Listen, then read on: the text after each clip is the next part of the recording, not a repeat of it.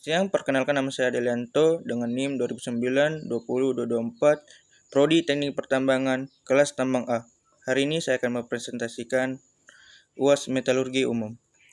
Melting merupakan proses metalurgi ekstraksi untuk mengambil logam dari bijinya dengan memanaskan biji logam melebihi titik leburnya. Biji yang merupakan senyawa oksida dan sulfida dipanaskan pada tanur dengan suhu yang tinggi.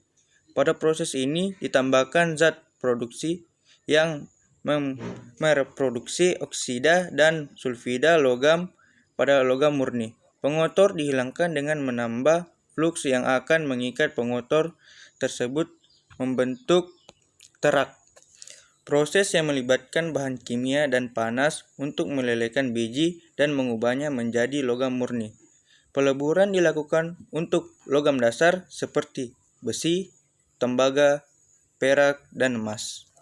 Melting adalah proses yang mengubah keadaan suatu zat dari bentuk padat menjadi cair. Ini adalah proses sederhana untuk memanaskan zat ke titik lelehnya di mana zat tersebut mulai mencair. Banyak kali zat diletakkan di bawah tekanan besar untuk mencairkannya dengan kondisi kombinasi panas dan tekanan digunakan. Dengan kombinasi panas dan tekanan, suatu zat dapat dicairkan pada suhu yang lebih rendah. Melting umumnya dilakukan untuk membentuk suatu zat atau elemen ke dalam bentuk tertentu, sehingga dapat digunakan dengan berbagai cara. Besi ialah logam berwarna putih perak, biasa dipoles, ditempa, dilengkungkan meski keras dan memiliki sifat magnetik. Baja adalah logam paduan besi yang memiliki fungsi sebagai unsur dasar dicampur dengan beberapa elemen lainnya. Stainless steel yaitu baja tahan karat yang mengandung senyawa besi dan setidaknya 12% kromium untuk mencegah proses korosi. Perbedaannya yaitu pada besi dan baja memiliki perbedaan secara jelas pada jumlah karbon yang dikandungnya. Sedangkan perbedaan stainless steel dan baja yaitu jika stainless steel tahan karat sehingga biasa digunakan pada peralatan dapur, sedangkan baja pada peralatan keras. Pirometalurgi merupakan sebuah proses pemisahan logam dari bijinya dengan cara pemanasan pada temperatur tinggi atau menggunakan energi panas.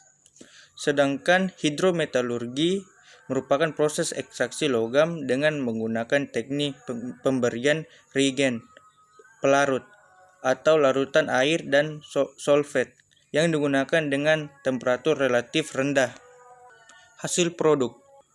Dengan proses pemisahan logam yang menggunakan energi panas, pirometalurgi menghasilkan beberapa produk seperti nikel matte, NPI, dan FeNi pada rencana industri hilirisasi nikel di Indonesia. Proses ini bahkan akan menghasilkan aneka produk stainless steel.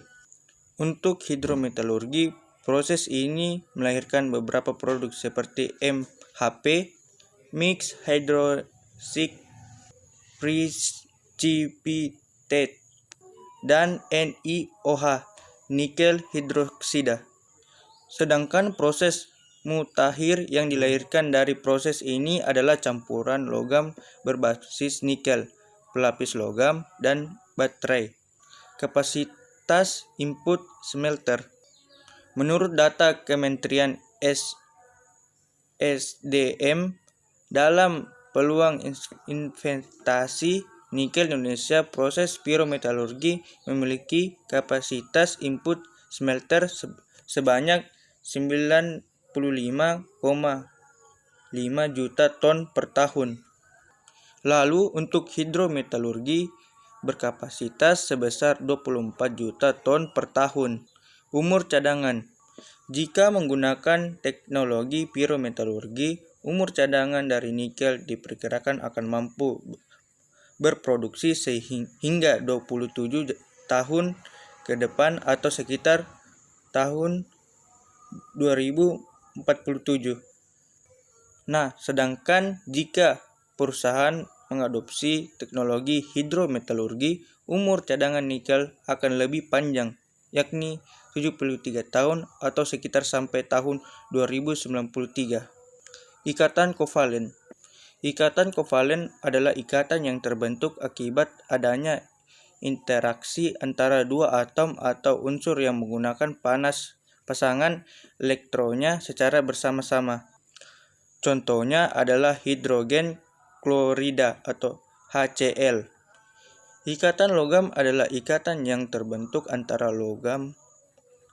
atom logam di mana ikatan ini memiliki sifat khas yaitu sebagai konduktor yang baik, dapat ditempa dan dapat ditarik.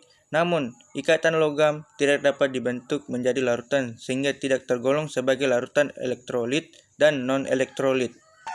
Perbedaan ikatan logam dan ikatan kovalen yaitu pada jenis unsur pembentuk, proses pembentukan, dan sifat karakteristik senyawa yang dihasilkan. Logam bersifat padat pada temperatur dan tekanan standar, dengan pengecualian unsur merkuri dan gallium yang keduanya berupa cairan. Sebagai pengikat, sifat-sifat logam yaitu sebagai berikut. Yang pertama, memiliki konduktivitas termal dan listrik yang tinggi. 2. Berkilau dan memantulkan cahaya. Yang ketiga, dapat ditempa. Yang keempat, memiliki variasi kekuatan mekanik. Deformasi elastis. Deformasi elastis adalah deformasi atau perubahan bentuk yang terjadi pada suatu benda saat gaya atau beban itu bekerja, dan perubahan bentuk akan hilang ketika gaya atau bebannya ditiadakan. Artinya, bila beban ditidakadakan, maka benda akan kembali ke bentuk dan ukuran semula. Deformasi plastis. Deformasi plastik adalah deformasi atau perubahan bentuk yang terjadi pada benda secara permanen, walaupun beban yang bekerja ditiadakan. Itulah tadi presentasi yang bisa saya jelaskan. Terima kasih.